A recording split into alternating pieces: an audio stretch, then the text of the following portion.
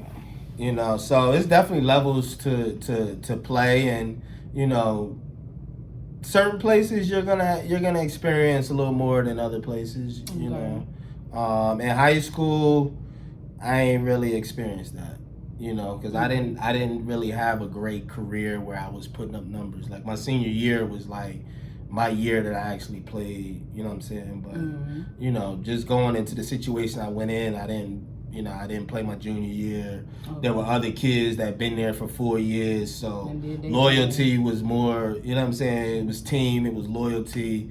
You know, so I just had to get with the program. I had to fit in. You know what I'm saying? And I adapted. Yeah, I adapted. You know, the first game I went out there, the little broadcast, they interviewed me. I hit 4 threes in our Christmas tournament. They interviewed me, and you know, I was like, okay, this is a little different. Yeah. You know, down here. Felt good. Yeah. It was like, how do I get back on this station? Uh-huh. You know what I'm saying? But we were a team down here, you know, so that's what I learned in Virginia. Definitely team. All right. And then you just said something I definitely wanted to ask you. Oh man, what was it? Let me see if it's in here. Quick. Yes. All right. So you said there's as far as loyalty. So I looked at the interview from like 3 years ago. Oh wow. And you was talking about how you feel like there was no loyalty in the game because of how the players can switch. Do you still feel that way? Oh, it's gotten way worse. It's gotten way worse because it's like. I'll talk from the player side. So players, this is a microwave generation. So players want instant stardom. They instantly want to be the man. Yeah. Even, you know, at all levels, high school, college, rec, travel, everybody want to be the man. Mm-hmm. It's not about, you know, winning, because if you win, everybody get an opportunity. Yeah. Everybody get an opportunity, but if you just focused on you, that's kind of where it is. I mean, the world is kind of focused on themselves. So it's a good and a bad thing. So you didn't like it? You didn't like it during the playoffs? Like when they first, you know, did like the trading and stuff with the Golden State? I'm all for winning. Like, people were like, oh, they're building a super team. Isn't that the point? Yeah. The point is to win. It's like they making all this money. It's like, I feel like it was whack that they would stay trapped, especially when you could take these players. Correct. Like, I could really use you, Absolutely. You know, for this moment. It's like my team ain't, you know, probably not going to make it through this playoff, but... Absolutely. Like, let me try to pull somebody. Correct. Let me get somebody to help. I really love that. Like, I really love absolutely, that. Because it shows you care. Mm-hmm. Like, nobody wants to feel like they're wasting their time or they in a dead end spot. So I understand progression, but it's also a right and a wrong way to do it. Mm-hmm. And that's kind of what my biggest issue is like, all right, if we gonna have this conversation and you ask for certain things and I provide them for you, that's the deal. Gotcha. You know, if you looking for somebody to push you and, you know, that has connections and, you know, can give you a platform to showcase your talent, then that's what you look for. Okay. But when you get that, you can't say, oh, I want to go over here and try this one because I got it here. And that's kind of where, that's like kind of where it's at. It's like, yeah, you asked for all these things. Yeah. We did it, but now you still ain't happy. Mm-hmm. And that's where it's like, well, you don't understand. You're messing it up for the people behind you. Yeah. Because you're not going to get a chance to do it. They're not going to get a chance because everything is going to go through a trial and error, whatever you do. True. So you just want to make it a positive experience. You know, I think that, you know, the AAU scene has transitioned tremendously since when I was doing it. Why do you say that? It's all about the brands. Like, if you don't have a sneaker brand, if you don't have a sponsorship, you can't even go to tournaments. Like no one's really nobody's checking for you. Okay. There's no they won't even allow you in. Like, there's specifically Nike tournaments, specifically Under Armour tournaments, and if you're not on that circuit, then you can't even go. It's not even like you can pay registration fee and go. Yeah, like we don't want. Yeah, we don't want you at all. We don't want to see it. So, you know, that part of it just made kids want to chase stuff that's kind of unattainable. Okay. You know, because they're like, oh, well, if I'm not on a Nike team, then I won't get seen. And it's like, with social media and everything, you're going to get seen if you can play. And I'm a firm believer, if you could play, somebody gonna find you. Definitely. You know, now if you can't play and you looking for something else, then you got to be a lot more specific. But if you willing to put the work in, people gonna find you. There's no dark alleys where somebody can't find you. No dark alleys. Yeah, somebody even gonna be down there when you down there. Like, oh, he can play a little bit. Yeah, somebody gonna scout you. Exactly. And since I did want to move up a little bit, so back to the interview. How was that during COVID times, being a coach during COVID? During COVID was a challenging time. It was a mess. Very challenging because, number one, we had to test so often. Like, oh. Yeah, so like we had to check temperature just to come into the gym. And then, you know, if your temperature wasn't right, now you got to take a COVID test. And I think we were COVID testing once a week, maybe. Okay. But if somebody's positive, now you got to backtrack who was with them, who was with them 2 days ago. Who could it be in close contact that could have. So it was just like trying to figure out a puzzle. And how was the games? Oh, we didn't know. We didn't know if we was playing today or tomorrow. So it was like literally until game time when you would know like if you was actually gonna play the game. Because you had to test that morning. So if anybody tested during that day that was positive, they were gonna cancel the game. Oh, okay. We don't know. We don't know. So, you know, you couldn't take any risks. Fortunately, I was in Florida though. Florida was way different from the rest of the world. Oh yeah, Florida was turning up. It was like COVID. What? Like what's COVID? Like COVID only changed where you sit at a restaurant. So they moved all the tables from inside to the parking lot. So all the restaurants had parking either on the curb or on the street, and the seating was in the parking spaces. Oh wow! That was the only change, and then the beach was open areas, so the beach was really where everybody migrated to. Okay, yeah, because they couldn't really regulate it there. Couldn't regulate it. All right. And they kept it open. I it was the only place open. I seen the news. Oh my goodness. All right. Let me see. So moving on to the coaching. So I know, you know, everybody loved the wins. Absolutely. So how was the losses though with being a coach? Look, no one wants to talk about what does the coach have to experience after a loss, and then what does the coach give as far as like what does the team have to experience? Well, losing trickles down. It affects everyone from the school to the coach to the players. It's just not a fun environment anymore. You know, and when you losing, it takes a toll on you personally because especially when you come from winning. You know, I've won at every level. But at the Division 2 level, my first year I went 2-25 as an assistant. Which I mean, when I look at the situation, I'm like, we had $130 in scholarship, which was 3 scholarships. Everybody else got 10 and 12 scholarships. How can we compete with that? Then, you know, we had injuries. That takes a big part too, your health. Like basketball, everybody thinks it's about skill. It's actually a lot of luck in it too. Like staying healthy, making sure that, you know. That is true. People don't look at that, you know, and because Derrick Rose is still going through. Exactly. And once you get that bad health, you know, because I think my first year, Brian Griffin, he's still playing professionally now. He ended up playing 3 years at the Division 2 level at Mercy, and then he went on to Xavier, which is a Power 5. And then now he's playing pro. I think this is his 3rd year playing pro. But he was a guy that we got for a minimum. I don't even want to call it a scholarship. Okay. But he was 6'9", 300 and probably 30, 40 pounds. He checked out the box. Yeah, but you know, I saw the footwork. I saw, and at that level, you got to be able to like make your player.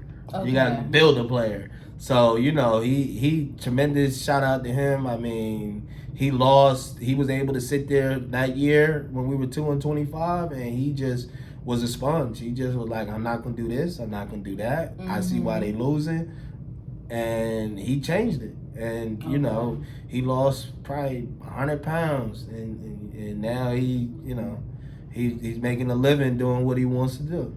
That's all right. You know, but college has definitely been a challenge. At the Division II level, it was, I guess the biggest obstacle was it's just so many places you can pull players from. You can get Division I guys that, they just want to go play, or something might have happened at a big school. Yeah. So, Division II is the toughest level because you get people from top and you get people from the bottom. Okay. So people overlooked, now they can go Division II. People that, were that person and they might have messed up, now they can go Division II. Okay. So it's the toughest level, Division II, and I struggled. I'm gonna be honest, I struggled at that level, just financially. It's not fully funded for the players or the coaches. I heard. So that's a challenge. I mean, I was at a HBCU. I'm an HBCU graduate, but it's definitely got its challenges, and you definitely got to navigate your way through it. And you got to get what you can get, because everything ain't about wins and losses. On the scoreboard, it's more about graduation rate. My first year, our team GPA was like a 3.25. So all them guys graduated. We just didn't win no basketball games. You mean your first year coaching? Yeah, my first year coaching at the collegiate level. We had a 3.25 team GPA. Like, we had a team GPA of 3.25. Not one, a team. The team. So, that was an accomplishment. But, I mean, we worked for that. I mean, I literally worked every single day. I didn't have a day off. Okay. Like, Sundays was study hall. That was supposed to be our day off. We had study hall. I still had to go to New York. I drove an hour every day. Or more. That's crazy.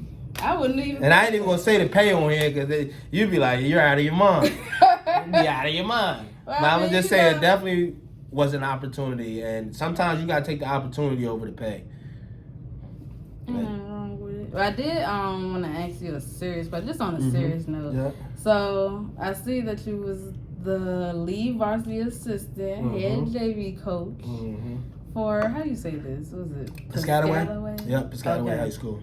So I know, we lost our people. And how did you feel, having to be, still having to be in your position and going through that loss?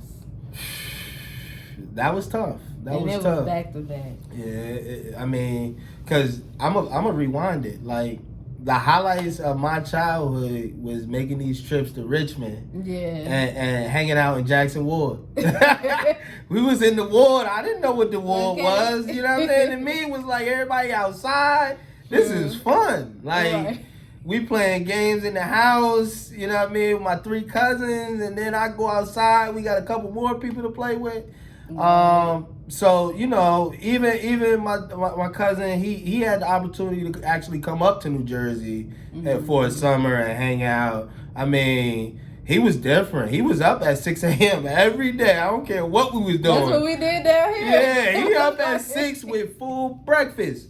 Oh, yeah. Full breakfast. Oh, yeah. He wasn't playing. He wasn't playing about his food. Yeah, I'm like, I just went to bed. We just went to bed 2 hours ago. You up with breakfast cooked for the whole house.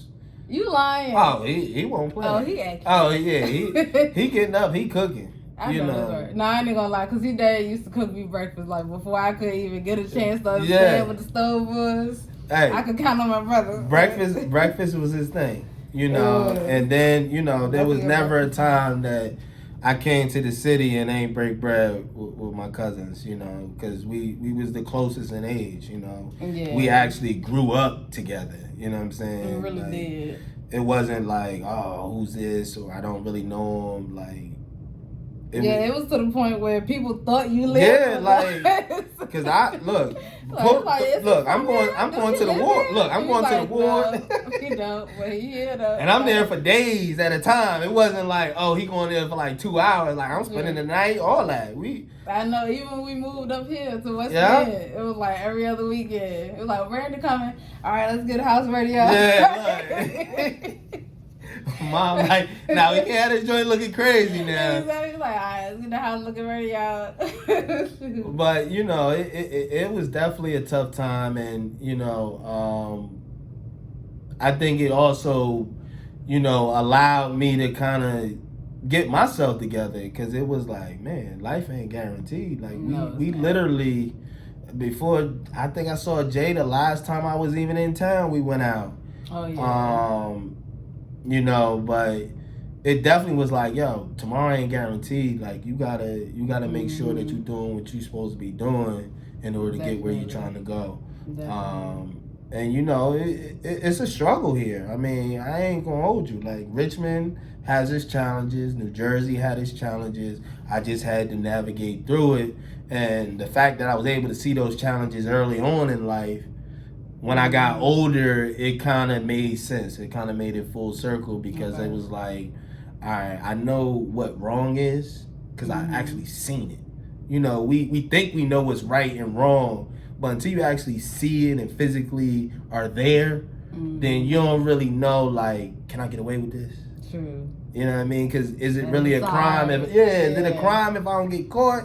Or is it a crime because I'm just committing a crime? Because people speed all the time, but as you finna pull over to the police station, like I was doing 75. My bad. My bad. My bad, yeah. That's too funny. You know what I'm saying? So it's not a crime. You say it's not a crime. All right, so I just want to ask you a few questions for Go ahead, absolutely. So, what was out of all the colleges, even the high schools that you did your coaching at, what would be your favorite? My favorite. Did you feel like you had like just a favorite moment where you felt one with the team and the organization? What year was that? I want to say. So at Miami-Dade, my head coach Kevin Ledoux allowed me to recruit the whole team. Did he? Yeah. That's fine. That was sweet, because what I've noticed is in recruiting, everybody has their own style. So you can try, the kind of players you like. Some guys like, very skilled players. Some guys like guys with size and length that, look the par. And then you got some guys that just love dogs. Like I love dogs. Like, so if you tough, like the first thing with me, you can't play for me if you're not tough. Like you got to be tough, and once you're tough, now I can teach you the skill part of the game. But we need to know that I'm gonna get this every time we go out there, and the bond forms when you are able to bring like people together. And that one year, I mean, we were right outside the top 25 in the nation. If we'd have won one more game, we'd have been in the top 25, which was unheard of for Miami-Dade. When I got there, they didn't have no Division I guys. I had 10 Division I guys in 3 years. Oh, yeah. So so that was definitely the best part, because in junior college, it's always recruiting. And the rules, it's not a lot of rules. Okay. NCAA, a million rules. Like you can't work out this player, you can't do this, you can't do that. In junior college, it's more so like opportunities. Opportunities. So I was able to build a network. I mean, I obviously had a network when I was doing AAU and going up the ladder. But when I got to Miami-Dade, I mean, my Rolodex probably went to over 300 college coaches. Like, that's good. Yeah, and they're calling you half of the time. Like, have you? Yeah. So it's like, you formed a lot of relationships, a lot of. Get a name for yourself. Correct, and but everything happens for a reason. But that was definitely my favorite time. I want to say it was 2018, 2019. I think so. I think it was 2019, and those guys were older. I think we had like 5 transfers or 6 transfers. So those guys were mature. Okay. They came for business, and we had fun doing it because we were good. Like we were really good. And that's one thing I can say, because I always followed you on social media, but you did seem the happiest in Miami. You seemed like y'all, even with the players, you was cool with the coaches, and even your personal life, you seemed like you was still happy. Absolutely. So that's one thing I can definitely say. And you gotta realize, I've been so many places. I've been so many places alone. And you've been up north for so long. Yeah, and then when I had to move, it's just me. Or maybe 1 or 2 people I know. Like, I didn't move where it was like, oh, I know everybody here. So it was like, yo, these guys, you know, they really, like, we really connected. I still talk to all of them to this day. Beautiful. You know what I mean? Randy Rickards, he's playing in Peru. Gus Okafor is still playing. He just got his first pro contract in Denmark. Marquise, he just finished up at Manhattan. He's got some pro deals on the table that he's trying to figure out. Victor Hart has one more year at Southern Miss. Expecting him to be a pro after next year. So, you know, and then the guys that, you know, use it as a tool, because basketball is a tool, you know, they're now great fathers. Shout out to KJ, you know, Fitzgerald. He was the most viral player I've ever coached. Like, we went to every game. They were like, I know him. That's KJ. He's on Ball His Life. Like, he had Ball His Life show up at our games. Like, he did a lot for the culture. You know, Big Rob and Jordan, both of them, they fathers now. Marquise has a baby as well. So, you know, it's great to just see it go full circle for them being kids to now, you know, stepping into their adulthood and, you know, having an opportunity to influence their life, you know, because at the end of the day, we all was there because we was in a different spot in life. You know, nobody goes to high school and says, I want to go JUCO next year. Like, that's just not the way it goes. What it is. Life happens and you gotta figure out how to navigate, but I would never tell anybody not to go JUCO. I love JUCO. You know, just because it's an opportunity. And as a person, as a player, all you want is an opportunity and a platform. Everything else you gotta do on your own. And JUCO gonna give you that. It's gonna give you a little bit of everything. But at the end of the day, if you betting on yourself, you gonna bet on yourself at that level. You know what I'm saying? At the Division II level, you know, to me, it's kind of guys are kind of content where they at. You know what I'm saying? Like, you'll get, you know, 1 or 2 Division II guys that have aspiration to play Division I. But to me, you play this game to play at the highest level. So if you settling at a level that's not the highest level, then you know what I mean? It is what it is. You're not really that you content. Yeah, so I got a few more questions I want to ask when we get out of here. So what would you say to your younger self? Like, what's the message that you would give to... Stop ducking that work. Stop ducking that work. And when I mean work, when I mean work, I mean all the extras. Like the running, the weightlifting, the push-ups, the film study.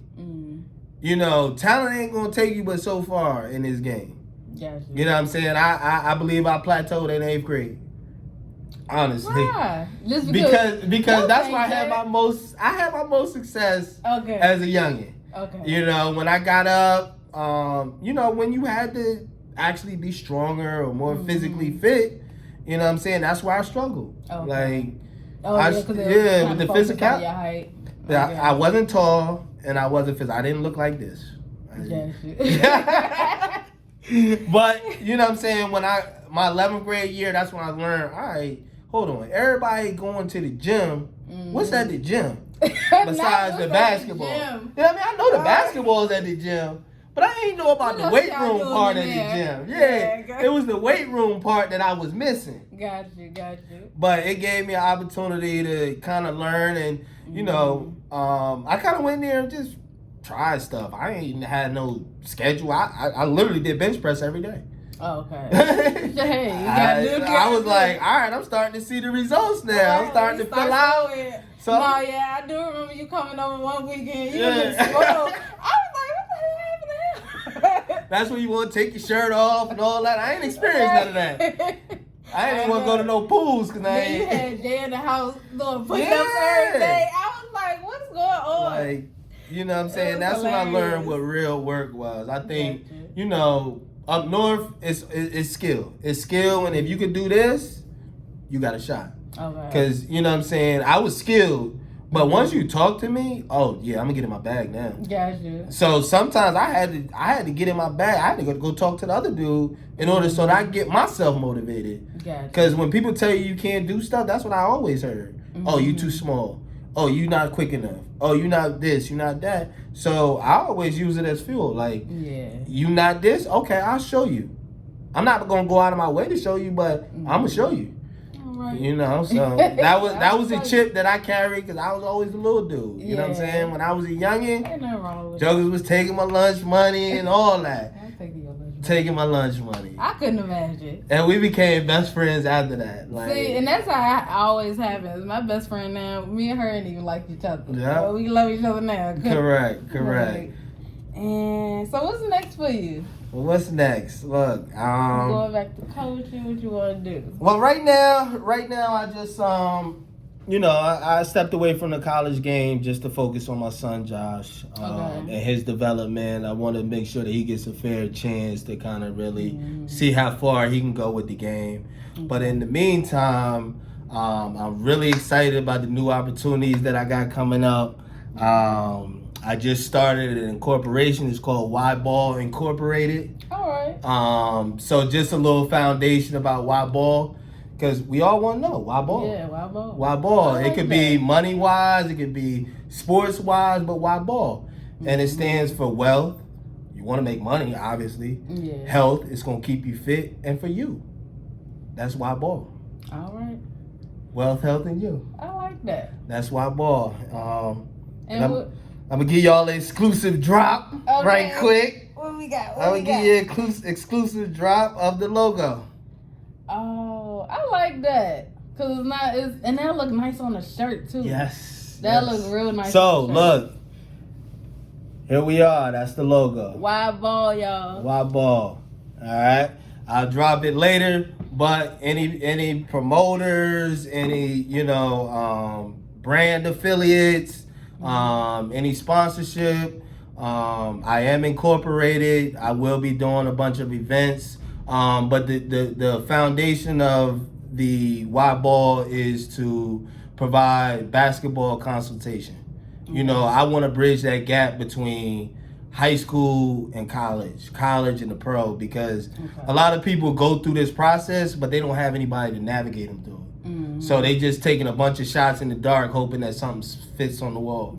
But it's like, I've been at the AAU level, been at the high school, I've been at the college level.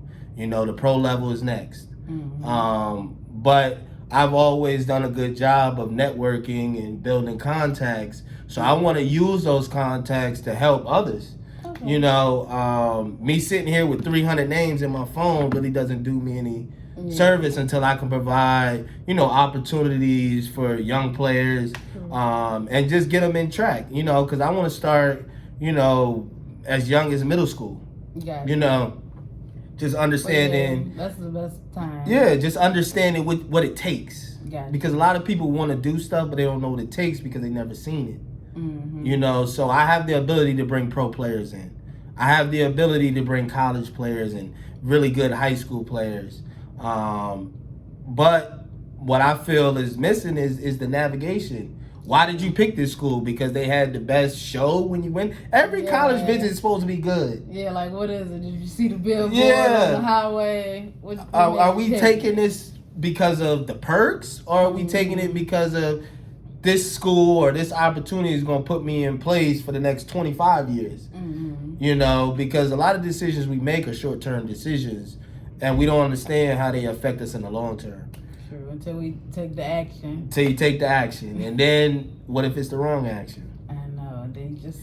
Now you trying to double back to get back. You gotta go through it. Exactly. You gotta get through it to go through it. So that's the biggest thing I want to do. I want to bridge that gap and, just help players navigate through that process, as well as parents, because parents are going to be sitting at those conversations as well, and they need to know what questions to ask. You can't just sit there and just think, and talk about stuff you don't know. You need to have somebody that's informed, that, that can call 10 coaches right now and say, look, I got a player X, Y, and Z, what are you guys looking for? Gotcha. Or already have a Rolodex from the coaches saying, look, I need a 6'4", wing player that can do a little bit of this and that and that. And now it's my job to bridge that gap. So, I definitely want to have some showcases, some exposure events. Oh, yeah. I also want to bring the community involved and do some community relations That's things. really nice. And then I want to actually educate. Okay. There's a lot of mental health things that are going on, and a lot of non-safe spaces. So I want to make a safe space where people can kind of understand the business part of athletics, because it's a shame. Yeah, it's a shame because a lot of us have dedicated 20, 30, 40 years to this game, and don't have much business. Yeah, you don't have behind the scenes. Correct. You don't have no business financially. You taking deals that ain't even gonna pay your rent. Oh yeah. Where you're stressing yourself. Yeah, where if you have somebody that you can talk to that can say, you know what, you'd probably be better off going this route because of X, Y, and Z, versus somebody that's never been there telling you, yo, man, why don't you go here? Yeah, and they ain't never been. Fit my life. They haven't been. So you got a bunch of Einsteins and millionaires that ain't millionaires that got a bunch of information, and that's not who you need to listen to. Let's just call it what it is. Like, you listen to somebody about money and they're broke. Yeah. Or they never played and they never been in the space, but they're going to tell you what college to go to or which pro deal to take. Because there's a lot of gray area. There's a lot of scamming going on right now. Everybody in America. Definitely since COVID time. Oh, everybody in America's boost all the way up. Everybody in America's a trainer. Everybody's a trainer. A consultant. A pastor. Exactly. And it's like, you can be those things if you've been in those spaces. And I feel like I've been in all of those spaces, from working with at Piscataway Votech, Carl Anthony Towns. I coach with his dad. So I've seen that. Yeah, so big Carl, like little Carl, we saw Carl all the time. I just did a camp, I want to say in July, with his father up at Keene. It was amazing. I mean, they dedicated the gym to his mother who passed during COVID. Miss Jackie, shout out to Miss Jackie. Yeah, I do remember hearing shout out to Miss Jackie. Yeah. She was Carl's biggest fan. And she was a fan of sports. Like, she gonna tell you, if you ain't doing nothing out there, she finna bark at you. Yeah. She ain't finna be sitting over there like, I know that's the type of moms you need. Exactly. So that was an amazing experience because I saw the whole trajectory. I mean, it went from Carl as an 8th grader to like, why is the tall dude out there shooting all threes? Like, by the time his junior year came and he was stepping into, who we was gonna become, like him, Wade Baldwin, and Marcus Towns. Marcus Towns used to play AAU with me. I saw him get 50 in the game and put the whole team on his back. So I knew he was different. You're like, I can say that. Yeah, and then I had coached against Wade Baldwin, who was at Immaculata when he first started playing. Wade ended up getting drafted by Memphis Grizzlies, I want to say. Obviously, Carl, is with the Timberwolves, and Marcus Towns was Marcus Towns responsible for the Loyola Chicago. I think they made a big time run. I think Elite 8, Final 4 type deal. And he was one of the key pieces. I think he hit a game winner in one of those tournament games. But I've been around the best. I coached against Kyrie when he was in high school. Kid Gilchrist. That's nice. So I've seen it at the highest level. Yeah, true. You've been everywhere. So now it's just about navigating and finding my place. Because I think I can have a bigger impact than just with the 15 guys on my roster at a school. So I definitely want to open the platform up, and and that's why we got Y Ball. So look forward to that. A lot of big things coming with Y Ball. Not gonna leak it here, but I might be back to tell you about the rest in a month. I hope so. All right, so stay tuned. Right, if we can, but again, I do want to thank you. I thank you so much for this. Like, really, thank you for taking the time out. Thank you for discussing everything. I thank you for your Absolutely. patience. Absolutely. Look. You know, just everything. It was the vibe straight, everything good. So again, I just want to thank you. And again, this is Erica, aka Puddin', and we're here with Coach Brandon Cosby. Absolutely, Coach B. And yes, and thank you for making a good time a great time. Absolutely. Bye.